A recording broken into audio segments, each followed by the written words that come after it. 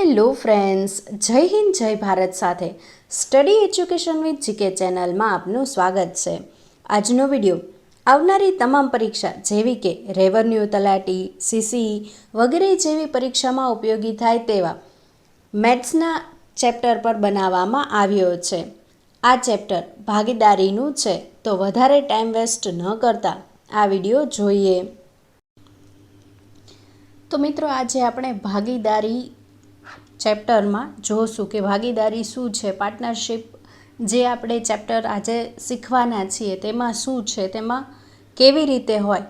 તો ભાગીદારી કોને કહેવાય? તો કે જ્યારે બે અથવા તેથી વધુ વ્યક્તિઓ ભેગા મળીને કોઈ ધંધો કરે તો તેને ભાગીદાર કહેવાય, અને આ વ્યવહારને શું કહેવાય? ભાગીદારી કહેવાય. તો આપણે કહીએ કે શું કહેવાય? તો કે જ્યારે બે અથવા તેથી વધુ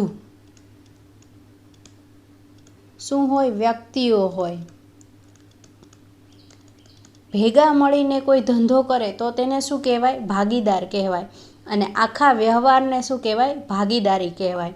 હવે ભાગીદારી જ્યારે પણ ચેપ્ટર સમજીએ છીએ તો તેમાં 3 શબ્દો હોય છે. એક નફો કે ખોટ નું શું હોય? પ્રમાણ હોય, અથવા તો શું હોય? ગુણોત્તર હોય.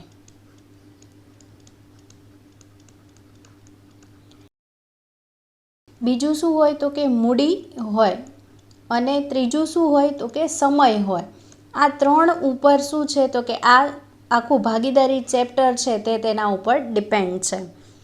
પછી જો બધા ભાગીદારો ધંધામાં રોકાણનો સમય અલગ અલગ હોય તો નફા અથવા ખોટનો ગુણોત્તર તે તેમના રોકાણ અને સમયના ગુણોત્તરમાં હોય. એટલે કે રોકાણનો સમય સાથે ગુણાકાર કરી નફા અથવા ખોટનો ગુણોત્તર મેળવી શકાય. હવે આપણે જોઈએ કે કેવી રીતે. ફોર એક્ઝામ્પલ, આપણે એક એક્ઝામ્પલ લઈએ કે 2 વ્યક્તિઓ છે તે ભાગીદાર છે અને શું કરે છે? વ્યવહાર ચાલુ કરે છે. એ છે તે 1 લાખ રૂપિયા લઈને શું કરે છે? બિઝનેસમાં આવે છે. અને બી છે તે પણ 1 લાખ રૂપિયા લઈ અને શું કરે છે? ધંધામાં જોડાય છે. તો આપણે આનું કેવી રીતે લઈ શકીએ કે ગુણોત્તર શું આવશે? તો ગુણોત્તર આ રીતે લઈ શકીએ કે આ લાખ ઉડી ગયો ને આ લાખ ઉડી ગયો, તો 1:1 બેનું ગુણોત્તર નફા ખોટનું પ્રમાણ મળશે. પણ આ રીતે ન હોય. જો બંનેનો સમય સરખો હોય તો આ રીતે કરી શકાય, પરંતુ સમય સરખો ન હોય. ફોર એક્ઝામ્પલ જોઈએ કે એ અને બી છે, એ 1 લાખ રૂપિયો લઈને આવ્યો. કેટલા મહિના માટે? તો કે 12 મહિના માટે. અને બી છે તે 1 લાખ રૂપિયો લઈને જોડાય છે બિઝનેસમાં, પણ કેટલા સમય માટે? 6 મહિના માટે. તો આને કઈ રીતે? તો કે આ લાખ તો ઉડી ગયો. 6 એકા 6 અને 6 દૂને 12. તો આનું પ્રમાણ કઈ રીતે આવ્યું? તો કે 2:1નું પ્રમાણ મળ્યું. તો આ રીતે આપણે પ્રમાણ ગોતી શકીએ. સમય અને મૂડીનો શું થશે? તો કે ગુણાકાર થશે. અને પછી શું થશે? તો કે બંનેની વચ્ચે જે કોમન હશે તે ઉડાડી દેવામાં આવશે. આ રીતે આપને નફા અને ખોટનું પ્રમાણ એટલે કે ગુણોત્તર મળશે. તો આપણે આગળ એક્ઝામ્પલ દ્વારા આ ચેપ્ટરને વધુ સમજીએ. પહેલો પ્રશ્ન, એ, બી અને સી 24,000, 30,000 અને 36,000 રોકીને એક ધંધાની શરૂઆત કરે તો તેમની વચ્ચે નફા અથવા નુકસાનનું કયા પ્રમાણમાં વહેંચાશે? તો લઈએ આપણે કે એ છે, બી છે અને સી. આપણે શું કીધું? નફો કે નુકસાન છે તે કયા પ્રમાણમાં વહેંચાશે, એટલે કે તેનો ગુણોત્તર આપણે શોધવાનો છે. એ કેટલા લઈને આવે છે? તો કે 24,000 લઈને આવે છે. બી છે તે કેટલા? તો કે 30,000 લઈને આવે છે. અને સી છે તે કેટલા? તો કે 36,000 લઈને આવે છે. આ ત્રણેયનું છે. હવે આમાં આપને સમય આપ્યો નથી, તો સમય ન આપ્યો હોય તો સમજી લેવાનું બધાનો સમય કેવો છે? સરખો જ છે ને છેદ ઉડી જશે, એટલે આપણે તેને લખવાની જરૂર નથી. હવે આ ત્રણેયમાં શું છે? તો કે 3 0 છે તે કોમન છે, એટલે આપણે તેને ઉડાડી દઈએ. હવે શું બચ્યું? તો કે 24, 30 અને 36 આ 3 વધ્યું છે. તો આપણે 6 ચોક 24, 6 પંચાને 30 અને છાંયે છાંયે 36. તો 4:5:6 આ રીતે તેનું પ્રમાણ મળી શકે? તો કે હા. અને અહીંયા ક્યાંય આપેલું છે તો જુઓ, ઓપ્શન બીની અંદર આપેલું છે 4:5:6, એટલે આપણો જવાબ થશે ઓપ્શન બી. 4:5:6ના પ્રમાણમાં નફા નુકસાનનું પ્રમાણ મળશે. પ્રશ્ન નંબર 2. ગીતા, સીતા અને રીટા 24,000, 32,000 અને 40,000 રોકીને એક ધંધાની શરૂઆત કરે છે. તો તેમની વચ્ચે નફા નુકસાન કયા પ્રમાણમાં વહેંચાશે? તો અત્યારે આપણે શું છે, બેઝિક છે, એટલે આપણે શું જોઈએ છીએ? નફા નુકસાનનું પ્રમાણ જોઈએ છીએ. તો આપણે લઈએ કે પહેલાં કોણ છે? તો કે ગીતા, પછી સીતા અને પછી રીટા. કયા પ્રમાણમાં? તો કે 24,000, એટલે આપણે લખીએ 24,000, પછી 32,000 અને 40,000. તો ત્રણેયમાં કોમન શું છે? તો કે 3 0 છે તે કોમન છે, એટલે આપણે 3 0 ઉડાડી દઈએ. હવે શું બચ્યું? તો કે 24, 32 અને 40. તો કયા ઘડિયામાં 24, 32 અને 40 આવે છે? તો આપણે 8નો ઘડિયો જોઈએ તો તેમાં 24, 32 અને 40 આવશે, એટલે 8 તેરીને 24, 8 ચોક 32 અને 8 પંચાને 40. તો આપણે કયા પ્રમાણ મળશે? તો કે 3:4:5નું પ્રમાણ મળશે. ગીતાને કેટલા? તો કે 3 પ્રમાણ, સીતાને 4 અને રીટાને 5. એટલે આપણો જવાબ શું થશે? તો કે જવાબ થશે 3:4:5. એટલે ઓપ્શન બીની અંદર 3:4:5 આપેલું છે, એટલે આપણો જવાબ થશે ઓપ્શન બી. પ્રશ્ન નંબર 3. જય અને વિજય 5400 અને 6,300 રૂપિયાનું રોકાણ કરીને એક વેપારની શરૂઆત કરે છે અને વિજયને 1,400 રૂપિયાનો ફાયદો થાય તો જયને ભાગે કેટલા રૂપિયા આવે? તો આપણે જોઈએ કે લઈએ જય અને વિજય. જય કેટલા? તો કે 5,400 અને વિજય કેટલા? તો કે 6,300. હવે આ બંનેમાં કોમન શું છે? તો કે 2 0 છે. હવે આપણે અહીંયા લઈએ કે 54 અને 63 કોના ઘડિયામાં આવે? તો 9ના ઘડિયામાં આવે. લઈએ કે 9 ગુણ્યા 6 કરશું એટલે 9 છકે 54 અને 9 સત્તું કરશું એટલે 9 સત્તુને 63. આ 9 9 ઉડી ગયા એટલે શું બચ્યું? 6 અને 7. તો જય અને વિજયને કયા પ્રમાણમાં મળે છે? તો કે 6:7ના પ્રમાણમાં મળે છે. હવે જોઈએ કે અહીંયા શું લખ્યું છે? વિજયને 1,400 રૂપિયાનો ફાયદો થાય છે. તો આ 7ની સામે એને કેટલા રૂપિયાનો ફાયદો થાય છે પ્રમાણમાં? તો કે 7 છે એ પ્રમાણ છે, તો એને નફો કેટલો થાય છે? 1,400 રૂપિયાનો. એટલે અહીંયા ગુણ્યા કેટલા કરું? 200 કરું તો 1,400 મળશે. 7 ગુણ્યા 200 કરીશ એટલે 1,400. તો 6 ગુણ્યા હું 200 કરું તો કેટલા મળશે? તો કે 1,200 રૂપિયા મળે. તો જઈને ભાગે કેટલા મળશે? તો કે 1,200 આવશે. અને આપણે તે પૂછ્યું હતું પણ એવું જ તે કે જઈને ભાગે કેટલા રૂપિયા આવે? તો જઈને ભાગે કેટલા રૂપિયા આવે? તો કે 1,200 રૂપિયા આવે. એટલે આપણો જવાબ થશે ઓપ્શન સી, 1,200. પ્રશ્ન નંબર 4. રામ અને શ્યામ 2,400 અને 3,000 રૂપિયાનું રોકાણ કરીને એક વેપારની શરૂઆત કરે અને રામને 1,200 રૂપિયાનો ફાયદો થાય તો શ્યામને ભાગે કેટલા રૂપિયા આવે? તો આપણે લઈએ રામ અને શ્યામ. રામને ભાગે કેટલા છે? તો કે 2,400 રૂપિયા, એટલે 2,400. અને શ્યામ કેટલાનું રોકાણ કરે છે? તો કે 3,000 રૂપિયાનું. રામ 2,400 રૂપિયાનું રોકાણ કરે છે અને શ્યામ 3,000 રૂપિયાનું રોકાણ કરે છે. અહીંયા મીંડું ઉડી ગયા. 6 ચોક 24 અને 6 પંચાને 30, એટલે આ 6 ઉડી ગયા. શું બચ્યું? 4 અને 5. તો રામને 4ના પ્રમાણમાં અને શ્યામને 5ના પ્રમાણમાં નફો નુકસાન મળશે. હવે અહીંયા શું આપ્યું છે કે રામને 1,200 રૂપિયાનો ફાયદો થાય છે. રામને 4ના ભાગે કેટલા રૂપિયાનો ફાયદો થાય છે? તો કે 1,200 રૂપિયાનો. એટલે કેટલા ગુણ્યા થયા? તો કે 300 રૂપિયા ગુણ્યા થયા. 4 તેરીને 12, 1,200. તો આના ગુણ્યા કેટલા કરવાના? તો કે 5ના ગુણ્યા પણ 300 કરવાના. એટલે શ્યામને ભાગે કેટલા આવે? તો કે 1,500 રૂપિયા આવે. એટલે આપણો જવાબ થશે ઓપ્શન ડી, ₹1,500. પ્રશ્ન નંબર 5.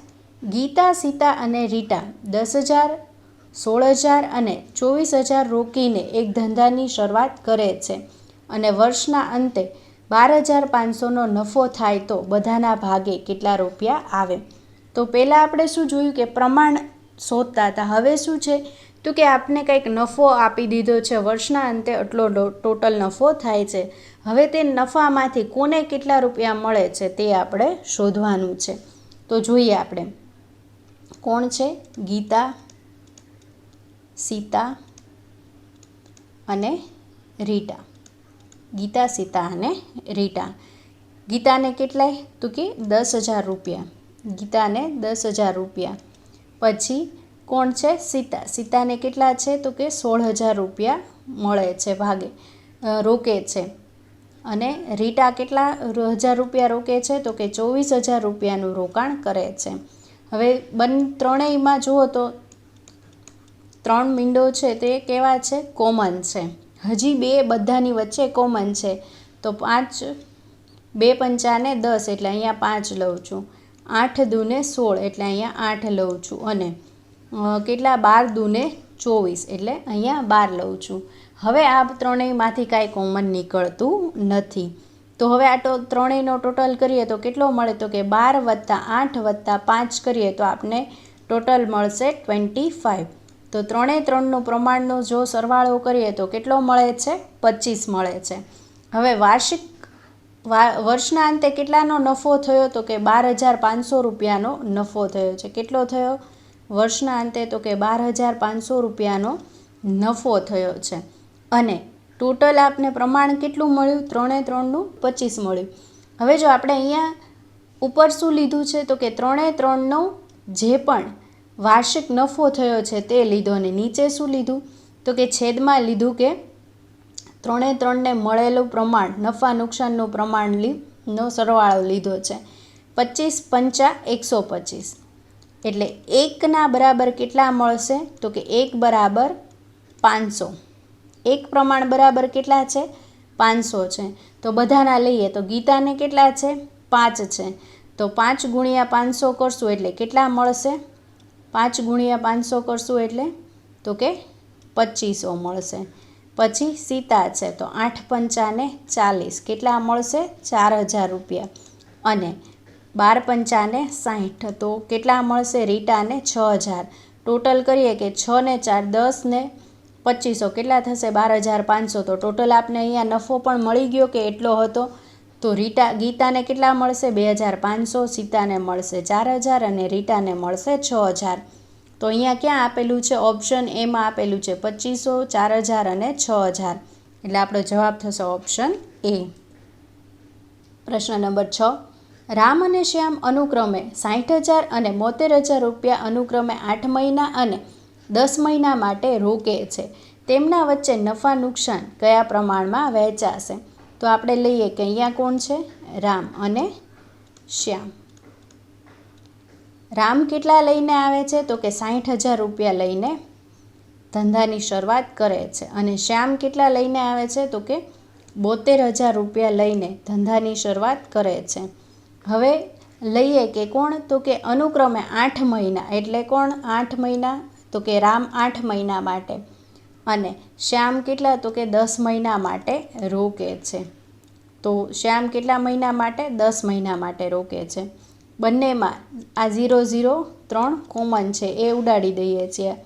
12 પંચાને 60 અને 12 × 6 = 72. 6 ઉડી ગયા.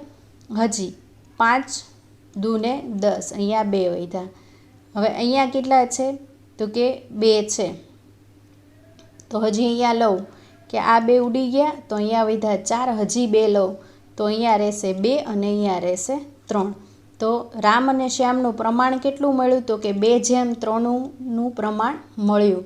તો આપણે શું પૂછેલું હતું? અહીંયા એવું જ પૂછેલું હતું કે તેમના વચ્ચે કયા પ્રમાણમાં નફા નુકસાન વહેંચાશે? તો કયા પ્રમાણમાં વહેંચાશે? તો કે 2:3ના પ્રમાણમાં વહેંચાશે. એટલે આપણો જવાબ થશે ઓપ્શન ડી. પ્રશ્ન નંબર 7. એક ધંધામાં એ અને બી 3:2ના પ્રમાણમાં નફો વહેંચવાનું નક્કી કરે છે કુલ નફામાંથી 5% નફો ધર્માદામાં આપ્યા બાદ એને ₹8,550નો નફાનો ભાગ મળે છે. આ સંજોગોમાં કુલ નફો કેટલો હશે? તો આપણે શું કરવાનું છે? કુલ નફો શોધવાનો છે.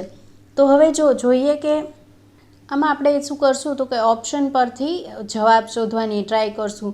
તો પહેલાં હું ઓપ્શન એ નથી લેતી, એનું કારણ છે કે અહીંયા પાછળ 3 0 હોય તો આપણે ઇઝીલી ચેક કરી શકીએ, માટે હું શું કરું છું?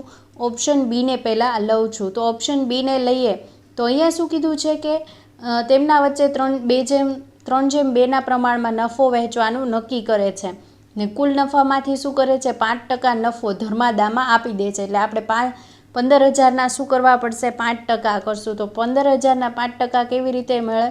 તો કે 15,000 ગુણ્યા 5/100 એટલે કેટલા થશે? તો કે આ 2 મીંડા ઉડી જશે. 15 × 5 = 75 એટલે કેટલા થશે? તો કે 750.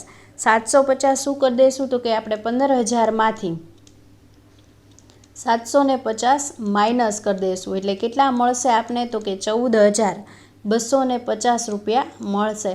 તો આ શું છે? તો કે આ છે એ 95%ની રકમ છે. કેમ 95% રકમ છે? તો કે 5% તો એ લોકોએ શું કર્યું? નફો જે મળ્યો હતો તેમાંથી 5% ધર્માદો કરી દીધો. તો હવે આપણી પાસે જે રકમ છે તે કેવી છે? તો કે 95% રકમ છે. આ 95% શું છે? તો કે એના નફા નુકસાનનું પ્રમાણ છે. નફા નુકસાનની શું છે? મૂડી છે, કુલ મૂડી છે. તો હવે આપણે જોઈએ કે જે નફો થયો છે કેટલો? તો કે આ 14,250 તે કેટલો છે? તો કે 3% છે. કેમ 3%? તો કે આપણે અહીંયા આપેલું છે કે એને નફાનો ભાગ મળે છે. કેટલો મળે છે? 8,500, પણ એનો એકચ્યુઅલમાં અહીંયા પ્રમાણ કેટલું છે? 3 છે. એટલે અહીંયા 3 લઉં છું. અને નીચે કેટલું લઈશ? તો કે 5. કેમ 5? તો કે આ 3 + 2 એટલે કેટલા થશે? 5 થશે. એટલા માટે હું 5 લઉં છું. હવે આપણે આને ઉડાડશું તો કેટલા ઉઠશે? તો કે 2,850 પાંચે ઉઠશે. અને 2,850 ગુણ્યા 3 કરીશ એટલે કેટલા મળશે? તો કે 8,550. તો આપણે ડાયરેક્ટ આપણો જવાબ મળી ગયો કે આ એને છે એ નફાનું પ્રમાણ કેટલું મળતું હતું? તો કે 8,550 મળતું હતું. એટલે આપણને આ સંજોગોમાં શું કીધું? કે આ સંજોગોમાં કુલ નફો કેટલો હશે? તો આ કેટલો ન હશે? તો કે 15,000 હશે. એટલે આપણે ડાયરેક્ટ ઓપ્શન પરથી જવાબ મળી ગયો. એટલે આપણો જવાબ શું થશે? Option B. વિડીયો ગમ્યો હોય તો લાઈક, શેર અને કમેન્ટ જરૂરથી કરજો. અને હા ફ્રેન્ડ્સ, સબસ્ક્રાઈબ કરવાનું ભૂલતા નહીં. સાથે સાથે બાજુમાં આવેલા બેલ આઇકનને જરૂરથી પ્રેસ કરજો, જેથી કરીને નવા આવનારા વિડીયોની નોટિફિકેશન મળતી રહે. Thank you.